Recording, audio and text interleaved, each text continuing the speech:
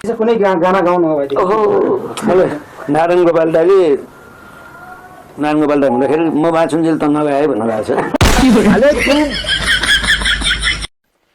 ठट्टा होइन थापाकाजी, यो रामदासको खेल होइन, मानिस जुवाको कौडी होइन। छिनमा नेताहरूको घरमा पुगेको छ, दाम्या गरेको छ, यसो गरेको छ, उसो गरेको छ, के गरेको छ त्यस्तो? यो जनताको काम हो, जनताको लागि हो यो। होइन मेरो डायलग हो, तपाईँ किन रिसाएको? तपाईँले मलाई डायलग बोल्नु नि।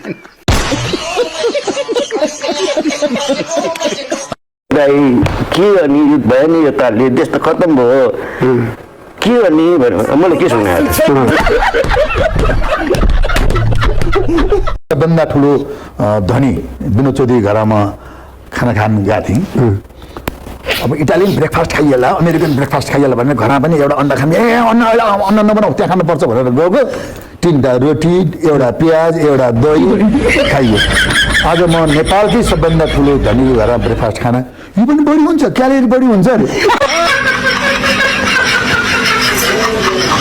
किन आयो टाइम दे एकचोटि हस्पिटल जाउँ न, किनभने मलाई एकदम पेट दुख्यो। अनि मैले त्यस्तो फर्स्ट एडको मेडिसिनहरू, इमर्जेन्सी मेडिसिन बोकेर हिँड्थेँ कि। ओके। अनि अहिले पहिले किन गइहाल्नु र औषधि खानु भएन भने जाउँला पनि, एउटा ट्याब्लेट दिउँ। 5 मिनट भएको छैन, अहिले त भएन मलाई, जाउँ न भन्न पक्र न। औषधिले काम गर्नु मात्रै टाइम लाग्छ नि, 15-20 मिनट, आधा घन्टा लाग्छ नि। भयो भने जाउँला भने गयो भित्र मलाई लाग्यो भनेछ। एकचोटि आएर भनिदिनु न त, एकदम दुख्यो, मन्दै आउनुभयो। राखेर किन धेरै कराएर एकचोटि लग्दैन त, मन शान्त हुन्छ।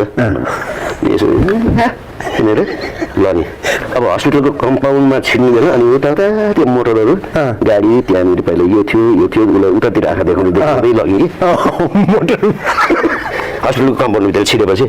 किनभने अब फेरि यता हेऱ्यो भने त साइनबोर्ड देख्ला होइन, साइनबोर्ड देखाउनु भएन। अनि त्यहाँ उतातिर लगेर हस्पिटलभित्र छिरायौँ।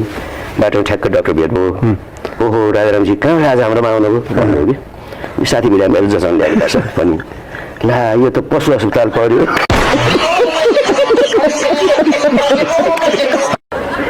अनि मैले मान्छेको औषधि नछुवाए पनि यहाँ ल्याएर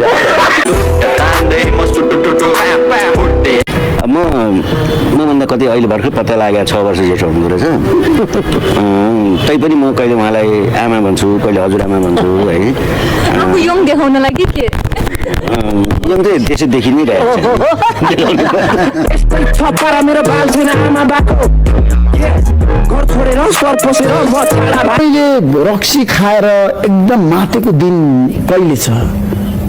कसले डायरीमा लेखेर आएको छ, न भिडियो खिचेर आएको छु न लेखेर। तर अभी मजा आएगा ना भिडियो। इमोसनहरू फ्रेस छ। यो के हो, यस्तो के हो? बाबा मायाले त्यो बोयफ्रेन्डको हिसाबले त होइन नि, त्यो सुटिङ गरेको हो। सुटिङ गर्दाखेरि सिधै झ्यालभित्र कसरी बस्नुहुन्थ्यो? ला तान्नु त्यही साइन्सले धेरै चिज गरिसक्यो। अब यहाँ रकेटमा बसेर चन्द्रमा पुगिने बेलामा त्यो उडेर झ्यालभित्र छिर्नु भन्ने त गाह्रो कुरो होइन होइन। मान्छे कहाँ छिर्छन्, के गर्छन्। यति धेरै काम गर्नु भएको छ, कति एक्ट्रेसहरू तपाईँको एकदम क्लोज फ्रेन्ड पनि बन्यो होला नि, कसैलाई देखेर भएको छ कि छैन?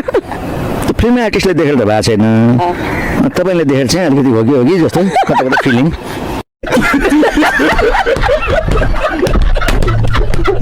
तपाईँले आज पट्टु लगाएर पाइन खाएर आउनुभएछ। कति पनि छ तर देखेको छैन। अभिभावक पनि हुनुहुन्छ सँगै हामी अन्तर्वार्ता लिँदैछौँ। थ्याङ्क यू बहिनी, बहिनीलाई धेरै धेरै धन्यवाद। बहिनीसँग धेरैवटा मैले इन्टरभ्यू गरेको छु। बहिनीले प्रश्न मिठो सोध्नुहुन्छ, मेरो उत्तर पनि राम्रै आउँछ होइन। दिजु एकदम है, हजुर हुनुहुन्छ र आज मैले सम्झाएको कि दिजु पनि होइसिन्छ भनेर होइन, नभए चाहिँ दाईहरू 2जना दाई हुनुभयो भने चाहिँ मलाई उठेर हिँड्ने बाध्य बनाउनुहुन्छ। सुरुमै सम्झाएको दिजु पनि होइसिन्छ। नानीले त उठेर हिँड्नु, मलाई त झुन्डेर म रोसेर पार्छ बस्न खान दिन्न। उमेर चाहिँ झुन्डेरी के फरक हो? ल अनुहार